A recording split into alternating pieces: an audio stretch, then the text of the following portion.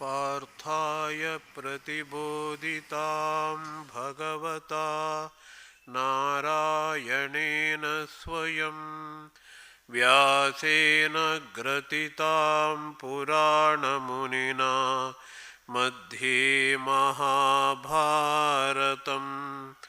अद्वैतामृतवर्षिणीं भगवतीम् अष्टादशाध्यायिनीम् Amb त्वामनुसन्ददामि भगवद्गीते भवद्वेषिणीम्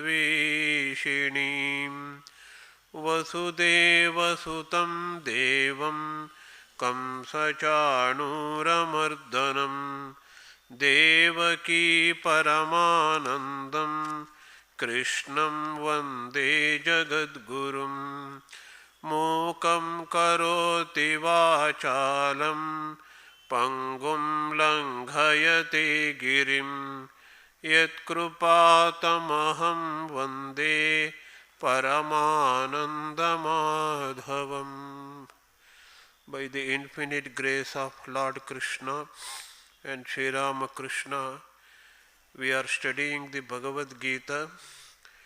We are discussing the shloka number 18 of the fourth chapter of the Gita.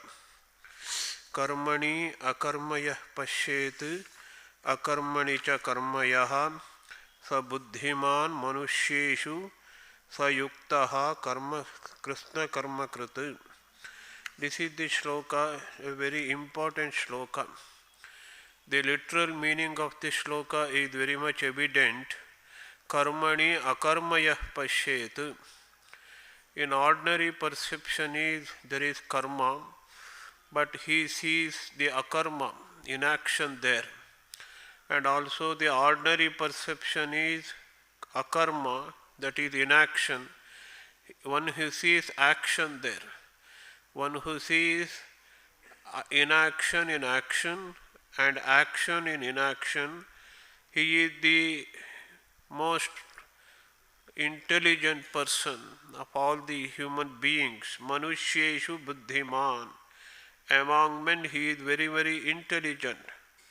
And Krishna karma krita sayuktaha. Though he performs all the actions, he is steadfast, he is always established in his yoga. This is the literal meaning, very difficult to understand. So we shall take the help of Sri Shankaracharya. In his commentary he beautifully explains, though a little bit intricate. We shall try to understand the concept here. What is karma? Here karma doesn't mean only the yajna, yaga, etc. Here, in the rarest of rare cases, where Shankaracharya explains the karma as any movement, body movement, the mental movement, any action that is done by body and mind. He says it is vyapara matram, any movement or any action, any kind of movement. Kriyate iti karma. What has been done, some kind of action is there, that is called karma.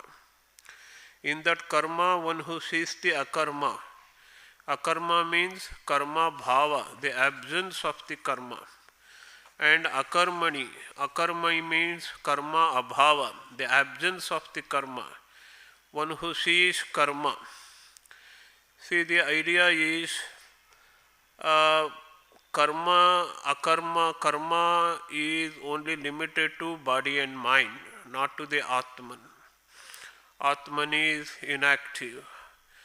So many actions are going on in this space, but space doesn't do anything. All actions are done in this space, but space is unaffected by that. In the same way, in the light of the Atman, everything happens, but the Atman is unaffected by that. Whatever happens in the body and the mind. So in another place, Krishna says, Guna guneshu vartante. Gunaha means senses, indriyas. They are acting upon the sense objects. This is how we see, we hear, we talk, and all this. This is the interaction between the senses and the sense objects. We say, I am doing, I am seeing, I am feeling, etc. So, why this Vyavahara happens? What is Vyavahara? Vyavahara means the empirical actions. In empirical field, whatever we do with our body and mind is called the Vyavahara in Sanskrit, in Vedanta. Kriya Karakadi Vyavaharaha. This is the word used by Shankaracharya. Kriya, there should be an action and there should be corresponding supportive agents for the actions. Suppose if I am seeing, there should be a seer. I am seeing, that idea is there. And also the process of seeing also is there. And there is an object of seeing. I am seeing a building. That building is the object of seeing. These are called the helping factors, the factors that determine the karma. So, what constitutes Kriya, the actions and the factors of the action, is what is called Vyavahara, empirical actions or the empirical movements. They are all in the level of the avidya, according to Shankara. Shankaracharya is an Advaitin. So, whatever happens in the empirical field, in the level of the senses and the body and the mind, it is all ignorance. Knowing or realizing that Atman alone is there, Brahman alone is there, there is nothing else. Everything is Brahman. Sarvam Kalvidam Brahma. This is Vidya. So, this Vyavahara, they are empirical activities possible only in the realm of the avidya. Avidya bhuma eva his. So, what the wise man sees is akarma. The ordinary people see the avidya. In the empirical level, they see only activity. The world is full of activity. But in reality, it's Brahman. Sarvam Khalvidam Brahma. It is Brahman which has become this universe. It is Brahman which has become these plants, the human beings, the mountains, and all the actions, all the thoughts, every kind of activity is Brahman. That we are going to read soon, probably next week itself. Brahmarpanam Brahmahavihi. Everything is Brahman. So, in the place of activity, he sees the Brahman alone. The wise man sees the Brahman alone. Here, Brahman doesn't do anything. Brahman is actionless. Though seeing the activity is the act of ignorance, and seeing the akarma, the actionless Brahman, the pure consciousness, is the sign of the knowledge.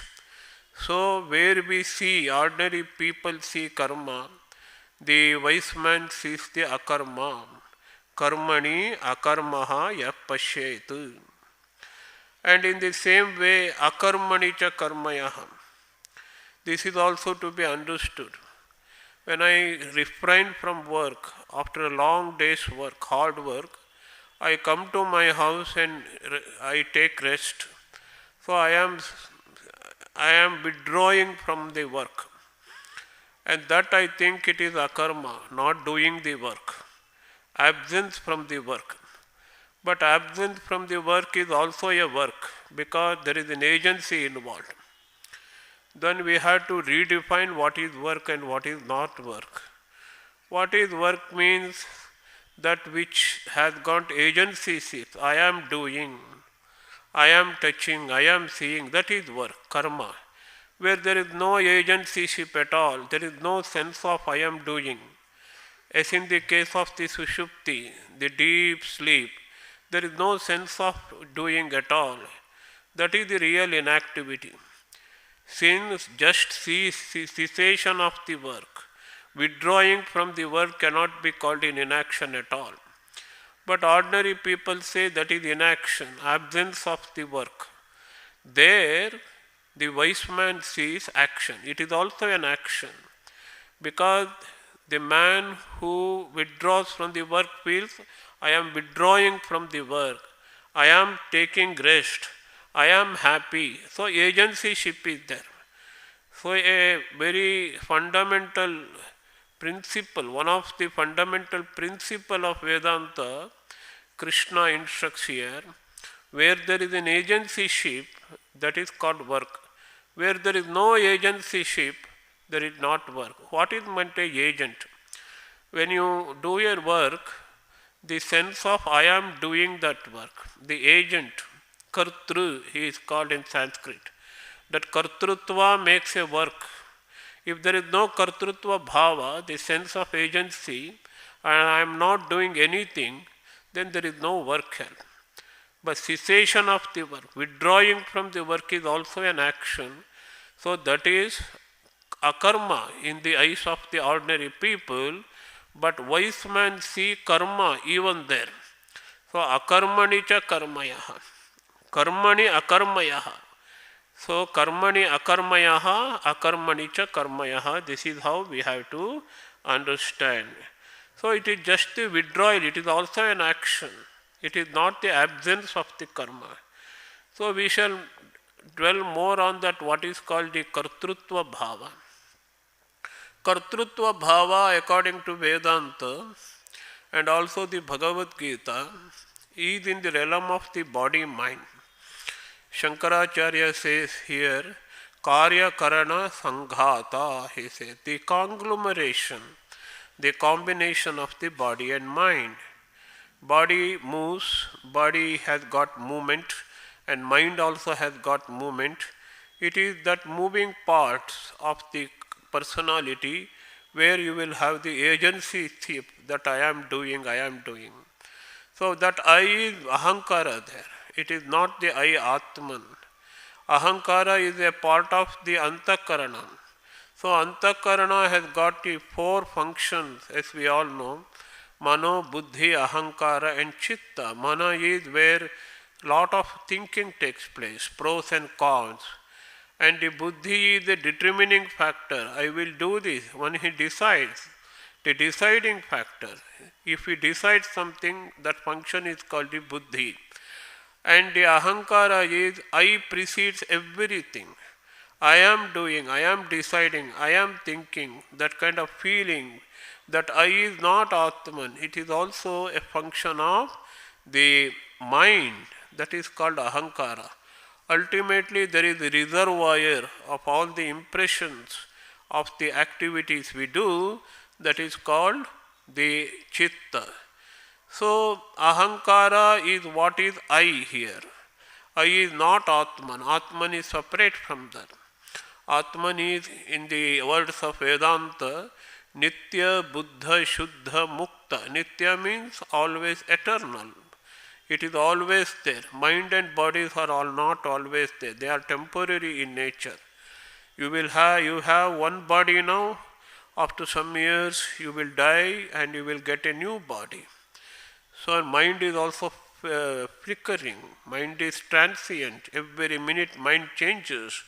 So mind cannot be stationary or eternal. Only Atman is eternal. Nitya, Buddha. Atman is of the nature of consciousness, knowledge. Only through the consciousness of Atman or the knowledge of Atman, it is a borrowed knowledge or the borrowed consciousness, the mind and body or the mind and the body act like a conscious entities. The body moves means that movement or consciousness we find in the body is the consciousness of the Atman. The consciousness we find in the mind is the consciousness of the Atman. So, Nitya, Buddha, Mukta, it is completely free, liberated. It doesn't depend upon anything else. Our body and mind is not dependent, it is dependent upon the circumstances. Our mind acts in such a way it responds to the outward situation. It is not an independent entity at all. You won't feel the sense of liberation, mukta. I am free. I am completely free from all kinds of entanglements, all kinds of bondage. You will not feel that, because the real bliss is the sign of the freedom. Where there is real bliss, there is a freedom. So, in the entanglement of the body and mind, you will not find that freedom at all. So, only in Atman there is a freedom. Nitya Buddha Mukta Atma. So, that Atman is akarma. But people superimpose the workings of the body and mind on the Atman and say, I am doing. That means where there is no karma, they superimpose karma. Where there is no karma, I am doing. Atman is doing, they say. The soul is doing, soul is thinking. Soul doesn't think at all. So this is a kind of wrong impression.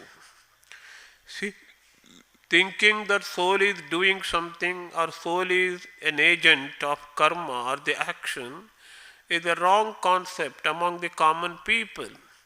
In that Atman, the Jnani sees akarma. Karmani akarma yah pashyet. So this is a clear case of the Vedantic idea of the Adhyaropa.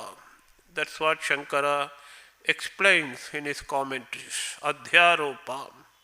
What is Adhyaropa? The superimposition. The body and mind acts. Mind thinks. It is also a kind of movement. And body moves. Body does so many functions. But I say I am doing. That means the actions of the body and mind, activities of the body and mind are superimposed upon the Atman. This is a kind of adhyasa. And also body seems to be conscious. We are moving our hands, we are moving our head, we are moving our body. Oh, body is conscious, as if body itself is Atman. And mind is full of activity, mind is wavering, mind is consciousness. As if mind itself is knowing something. I know, it happens in the mind. So the real nature of Atman is consciousness, knowledge, pure knowledge. That we superimpose on the body and mind.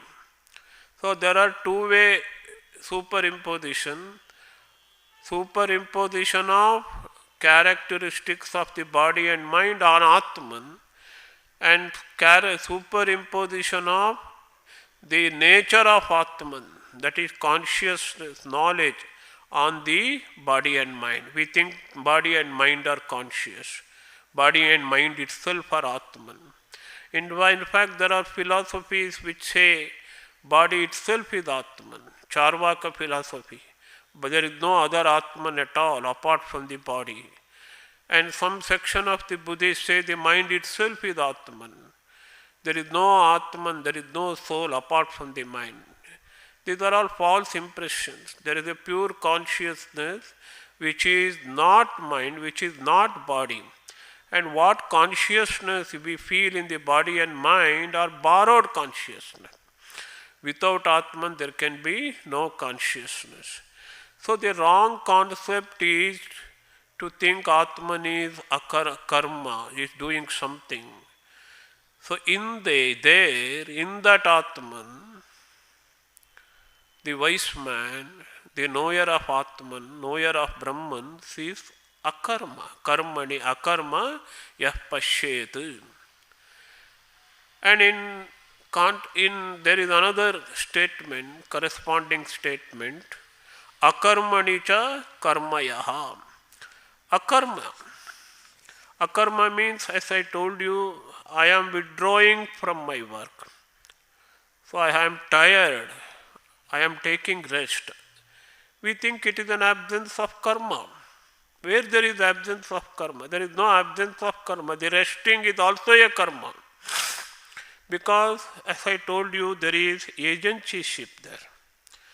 So there in the karma itself, people see akarma.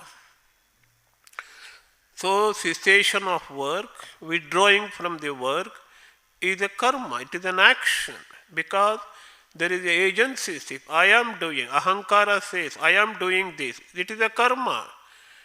People say it is a karma, it is absence of karma. But the wise man is he who sees action in inaction. Inaction for the ordinary people, for the wise man it is action.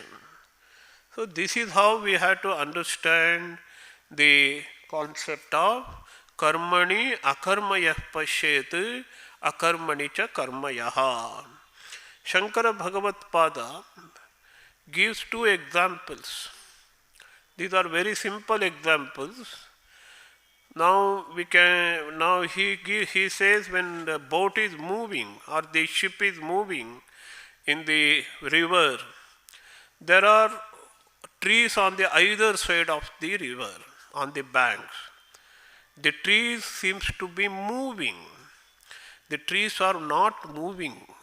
Trees are standing. Trees cannot move, but they seems to be moving because the ship or the boat is moving in the opposite direction.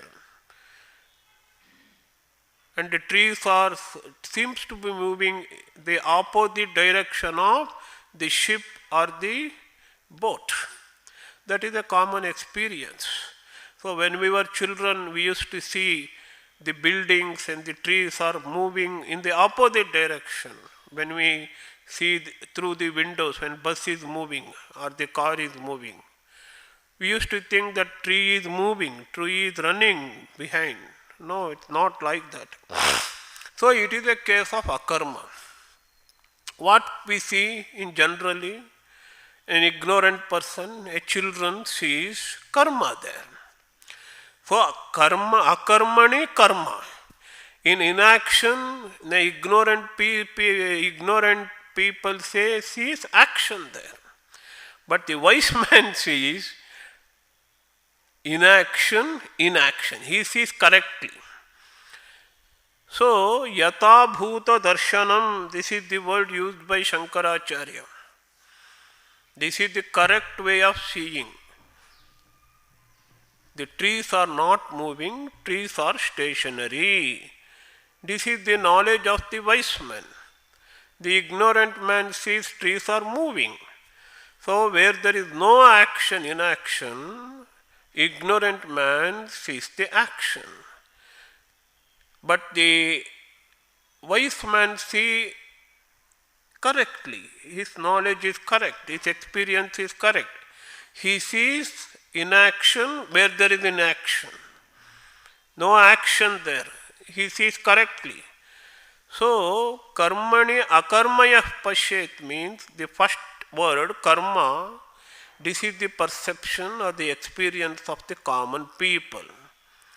Akarma is the perception or the experience or the anubhuti or the realization of the wise man. So a beautiful example is given by Shankaracharya to understand this statement. Next, let us go to another example. We see stars in the night sky. We say stars are stationary, stars are not moving. Or we see some grahas or the planets also. It looks as if planets are stationary, but planets are moving. For ordinary perception there is nothing moving, no movement at all. But actually they are moving. So Shankara says, just like this, where there is no inaction, people see, where there is no action, people see inaction there. That is, I am resting now, I have no work, I am not doing any. It is also an action. So this is another way of understanding this sutra. And as I told you, both are adhyaropa. What is superimposed on what? The activities of the deha and the Mana, the body and mind. The statement like this: Aham karta, mama etat karma, maya asya karmanaha phalam bhoktavyam. I am the doer. This is my work. I do my work and get the result of that. All these ideas we superimpose on Atman, because these are all the ideas pertaining to, limited to body and mind alone.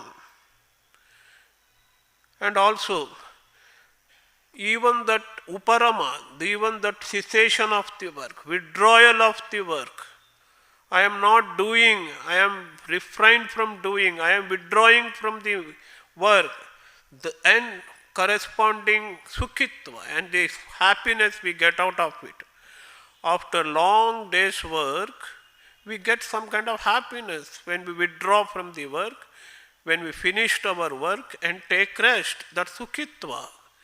The sukhitva belongs to that happiness, or the resting attitude belongs to the body and mind. That I superimpose on the Atman once again. So both are this case of the superimposition. In Vedanta it is called the adhyasa. In this case I say, I do not do anything. Na karomi kinchit. I am simply sitting and enjoying the happiness. You are not enjoying anything. You are also doing the work. The resting is also a kind of a work, and it is limited to body and mind. What has been limited to body and mind is an action. That action you are superimposing in the Atman, that's all. So in the second case, akarma is superimposed on the Atman. In the first case, the karma is superimposed on the action. I am doing, we superimpose on the Atman. In the second, I am sitting idle. The absence of the work is superimposed on the Atman.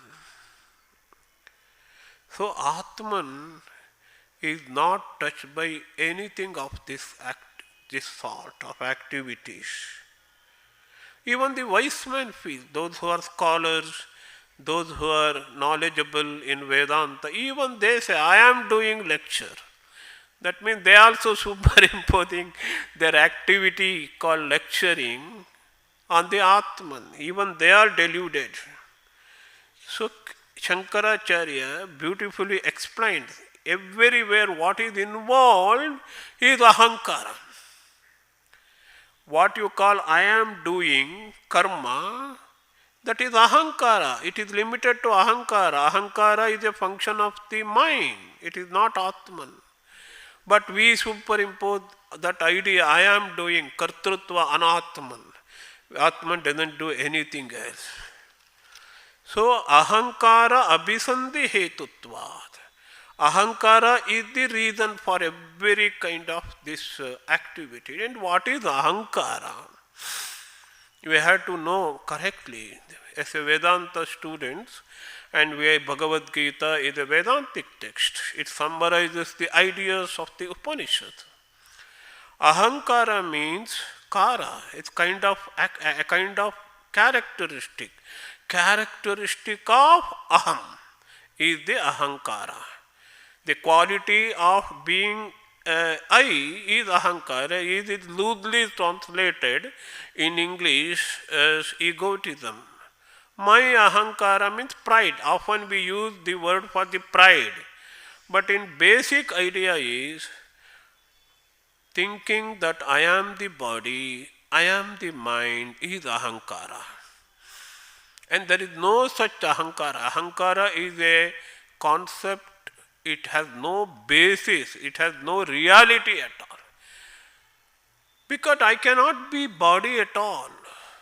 Body is changing. Some 10 years back my body was young, and I was young, I was running, now I cannot. Every second the body is changing. How can I become the body?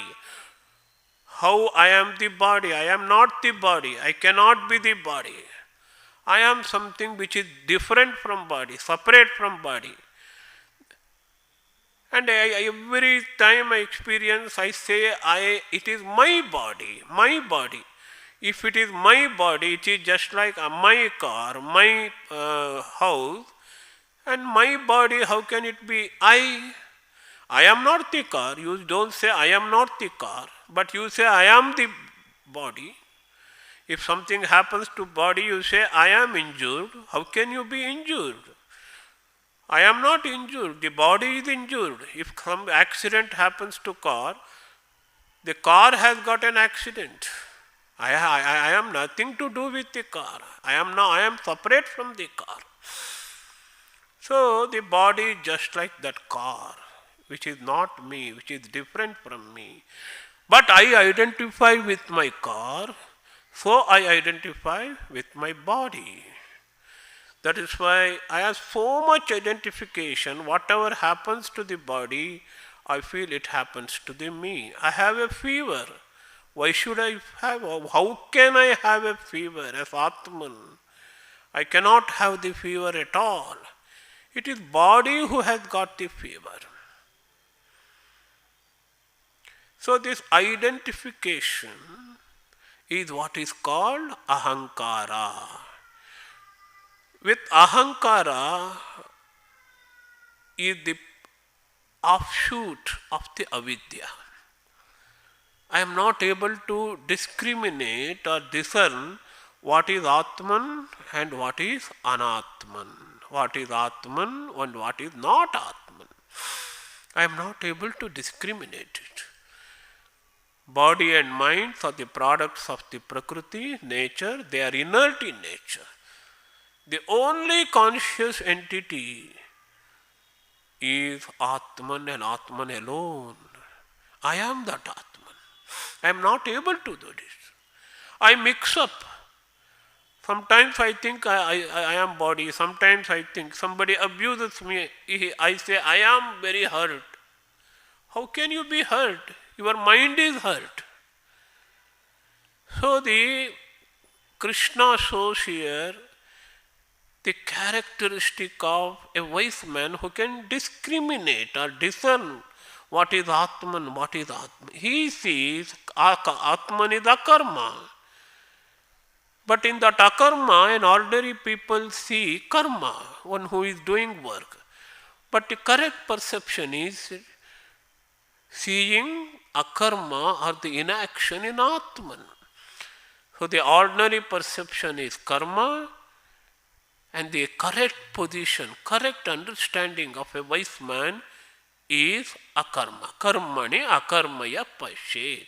One who sees akarma in karma. And as I told you repeatedly, the withdrawal of the karma is not inaction. It is also pertaining to body and mind, and it is the working of our ego. I am resting, I am enjoying.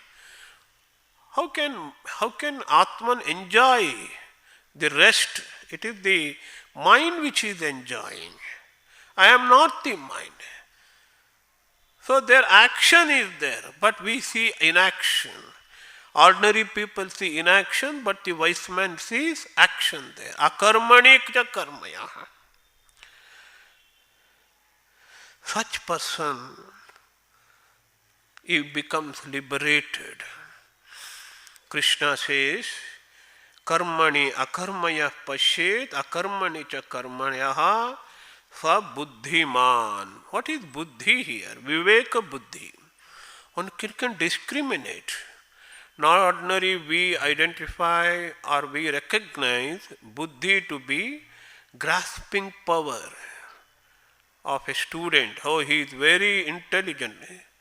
But in Vedanta, intelligent means discriminating what is real, what is not real, what is good, what is bad.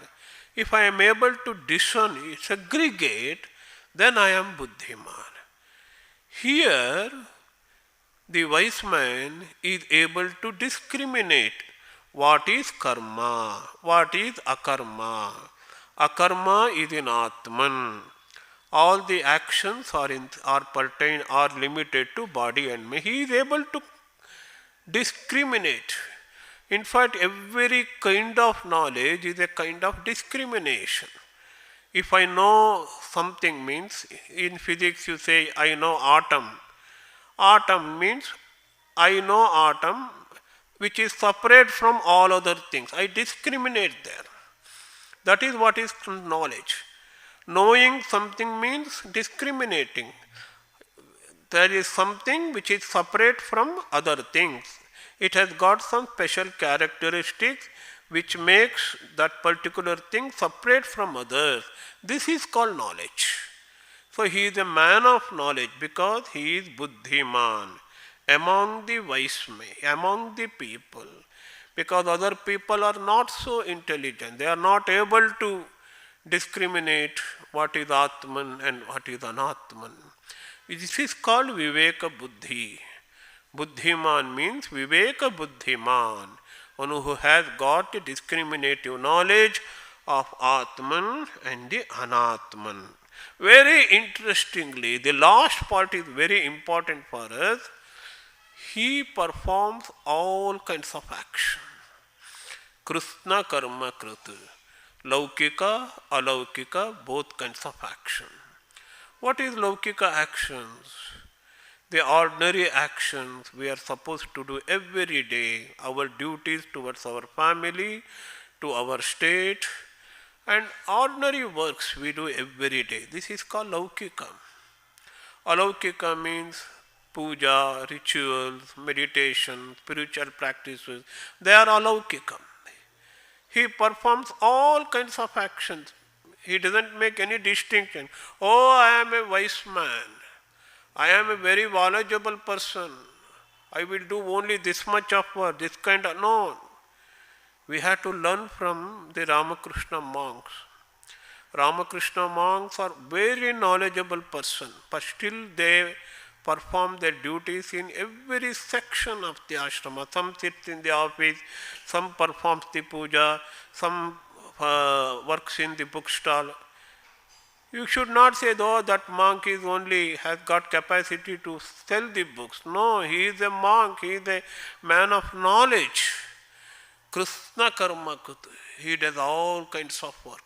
Tomorrow he may be shifted to office, or tomorrow he may be asked to do puja. He is ready to do every kinds of action. But the knowledge in his mind, knowledge inside, work outside. All kinds of work. Though he does all kinds of work, he remains a yogi, yuktaha. So one who is steadfast in yoga, one who is established in yoga is called the yukta. Yukta means yogi. What kind of yoga is performing? Jnana yoga? Yes. Karma yoga? Yes. What is the difference between Jnana yoga and Karma yoga in Krishna's eyes? Nothing. Inside full of knowledge, outside engaged in every kind of work. That is the ideal Sri Krishna is presenting before the humankind. Do all kinds of work. Of course, we have to do good works that will incur merits for us. Punya. Punya is very important. We cannot do any actions which begets papa. Papa karma we are supposed to shun. That is prohibited, nishiddha. We are supposed to do only good karma. Not for the just punya, for knowledge, to increase my knowledge.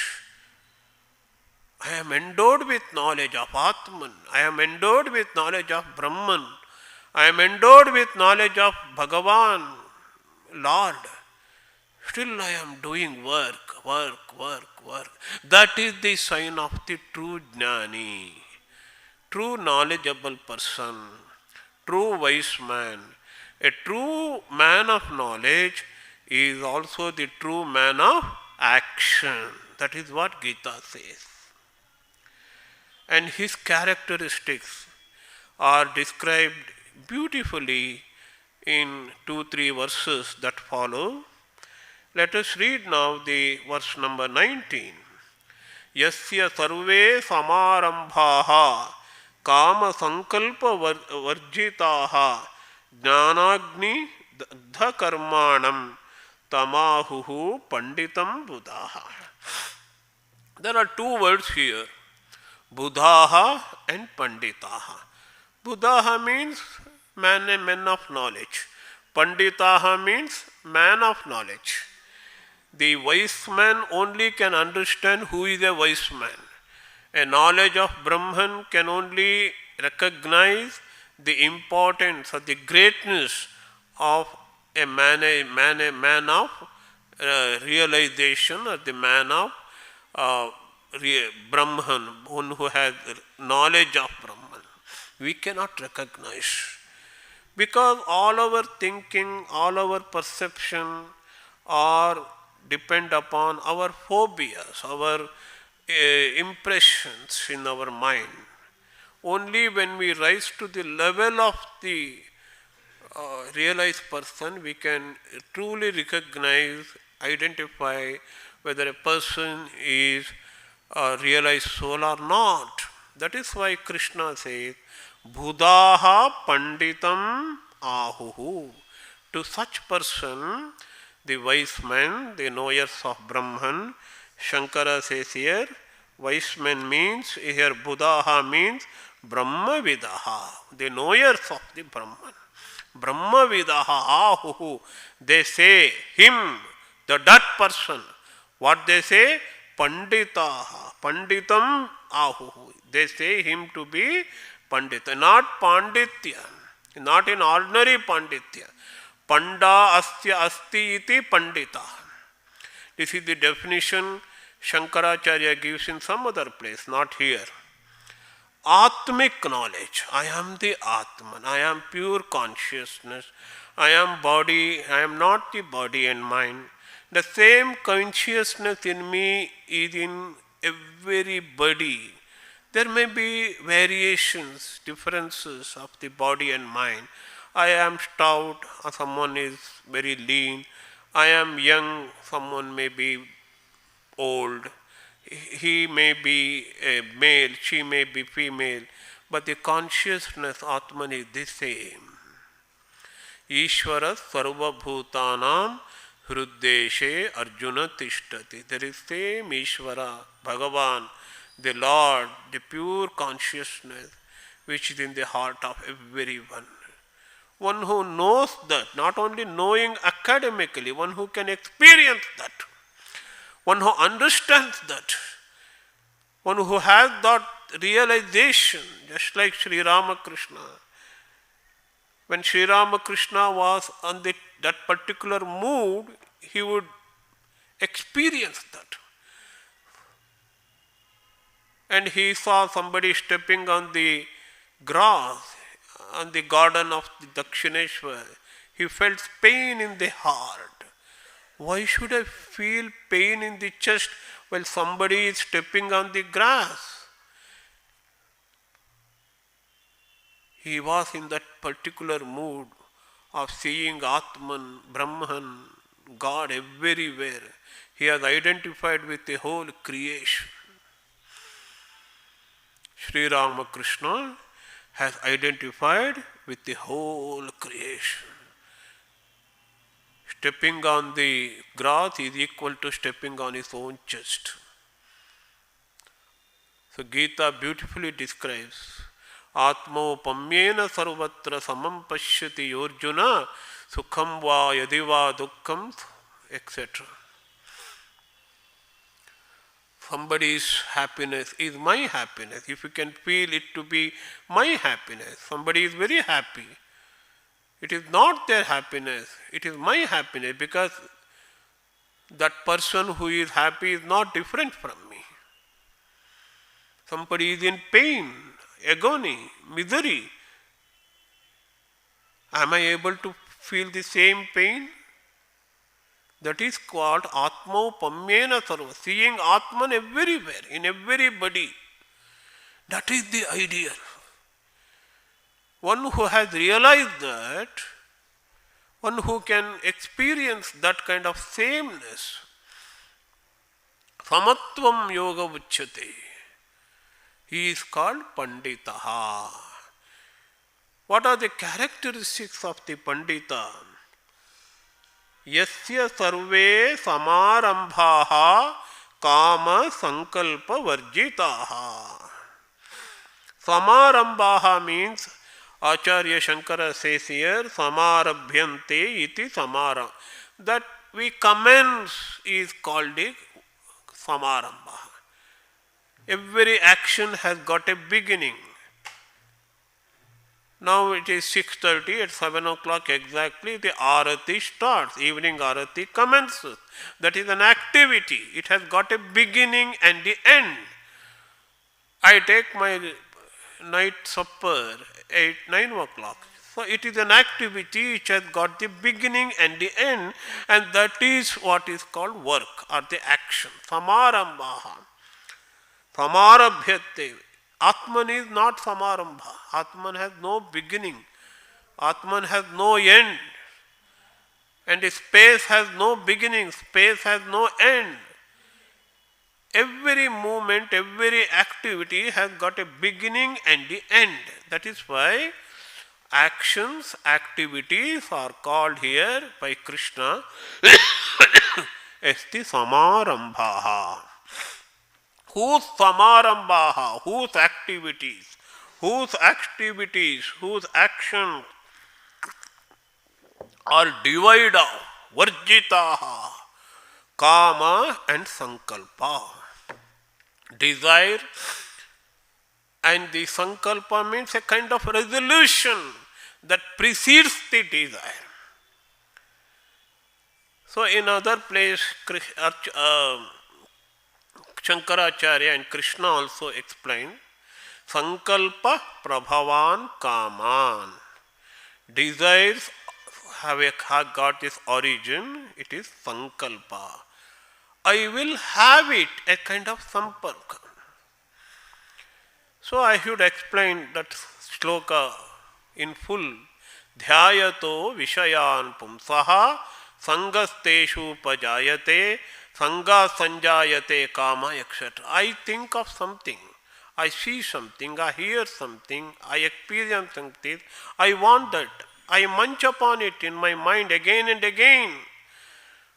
I develop a kind of resolution, a thought about that. My mind dwells on that particular person, particular object.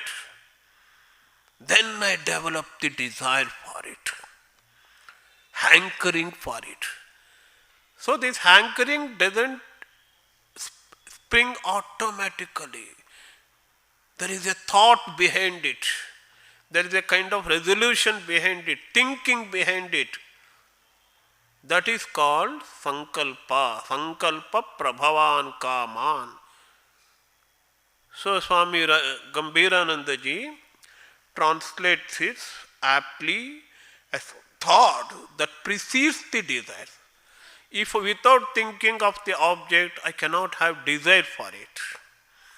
The thoughts which give rise to the desire is called the sankalpa. Sankalpa, prabhavan, kaman. Kama and sankalpa. So the desire and the thoughts preceding it, devoid of them. Our actions are always happen with sankalpa and the desire. Without that, we don't do anything. In contrast, every action of the wise man is devoid, has no kama and sankalpa. Is it possible to do any activity without desire? Here is an example. It is possible. I drink coffee because I like coffee. I get a desire to drink coffee at 6 o'clock in the morning and I drink the coffee. Without that desire cropping up in my mind, I will not do that action. So every action. So there is a sequence there. Avidya, Kama, Karma, formulated by Shankaracharya himself. First avidya, ignorance. Ignorance gives rise to Kama, the desire. Desire gives rise to the Karma, the action. Here there is karma without any desire and without any thought process that precedes the desire. Sankalpa. No sankalpa, therefore no desire, but action is there. That is the characteristic of the wise man. Are we able to do it as common people? We can try. That is Karma Yoga. Already in the third chapter and second chapter we read much about Karma Yoga. Selfless actions. Here desire means selfish desires. I will do good to the society. It is selfless desire. We should convert the selfless desire into selfish desires into selfless desire. And then we come to a state where there will be no desire. But we continue to work. That is the state of the wise man. Krishna gives here the possibility of working without desires. Ramana Maharshi worked. Incessantly he worked for so many years without any desires, without even talking. Mauna. That is his mode of work. Sri Ramakrishna, Karma Kathor, Swami Vivekananda describes in his Aratrikam, Karma Kathor. He was a great Karma Yogi. From morning to dusk, even up to the night, he would go on instructing the spiritual aspirants. He spends hours and hours instructing the people about God, about how to realize God. Karma Kathor. Without any desire. No desire. Kama sankalpa varjitaha samarambhaha. His action, the man of realization, performs all actions without any desires and a thought that sankalpa preceding it. Why? Because jnana agni dagdha karmanaha. All his actions, literal meaning I will tell you first, all his actions are burnt away in the fire, the purifying fire of the Agni, of the Jnana or the knowledge. What is knowledge here? In this context, knowledge of karma and akarma. What is karma and what is akarma? Akarma is Atman, karma is performed only by the body and mind. Atman remains the same. Atman is Nitya Buddha Mukta Atman. That kind of knowledge burns, destroys all kinds of karma. It is a literal meaning, but the implied meaning is it destroys all the old tendencies that have been harbored in our psyche. That is called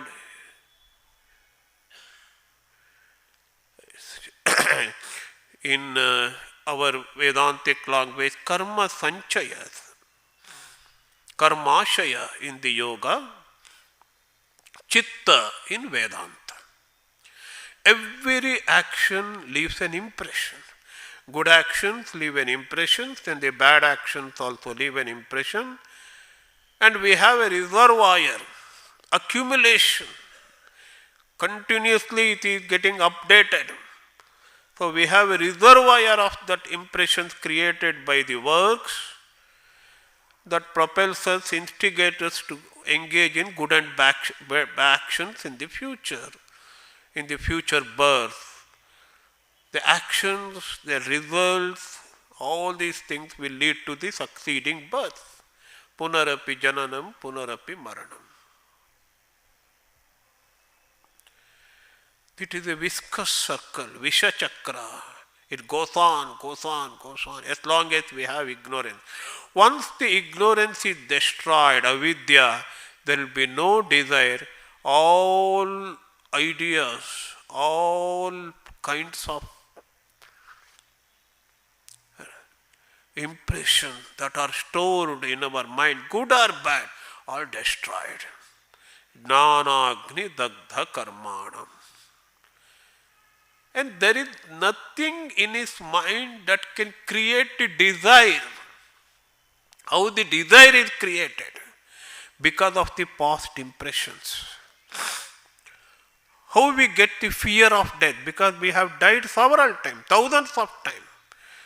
In this very class, I think I explained, death is not so fearful, but dying. The process of death is very terrifying. I might have undergone that process, experience several times in the past. That impression is in me. That is why I am afraid of the death. It is not the fear of death. It is a fear of undergoing the torturous experience that leads to the death. Why I am afraid? Why I have desire? Why I become happy? All because of my past impressions. The past impressions are shaping my every activity, every thought. In the man of realization, there is no source of origin for that kind of thought. No desire, because no impression. All impressions have been destroyed, purified by jnana. And impressions are the products of ajnana. I am body, I am mind. As I am identified with my thoughts, so the impressions affect, impressions influence my conduct. When there are no impressions at all, and how can it influence my conduct? I will become the man of realization then. Jnanagni dagdha karmanam. So there are two characteristics. In first line, yasya sarve samarambaha kama sankalpa varjitaha. Samarambaha is common. All his actions do not have or divide of kama and the sankalpa. And all his actions, rather all the residuals of the action, all the impressions of the past actions are as if destroyed or burned by the Agni. Why jnana is compared to Agni?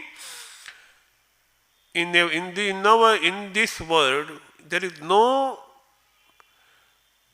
more purifying agent than the fire. Fire consumes everything. The filthiest of objects it consumes, it burns. But fire remains pure. Fire doesn't get contaminated at all. You will not find a contaminated fire. Fire is always pure. Fire consumes anything. It is a purifying agent. So the jnana. Jnana simply destroys all impurities in the mind. All kinds of impressions, good or bad, that are worldly in nature, that are empirical nature. In its place, the knowledge of Atman, the Brahman, the God fills the mind. And with that knowledge of God, guides the every action of the realized soul. That is what is meant by Jnanagni Dagdha Karmanam. To such person, the knower of Brahman call him a realized soul, Panditam Buddhaha. Om Shanti Shanti Shanti. हरिः ओम तत्सत् श्रीरामकृष्णार्पणमस्तु।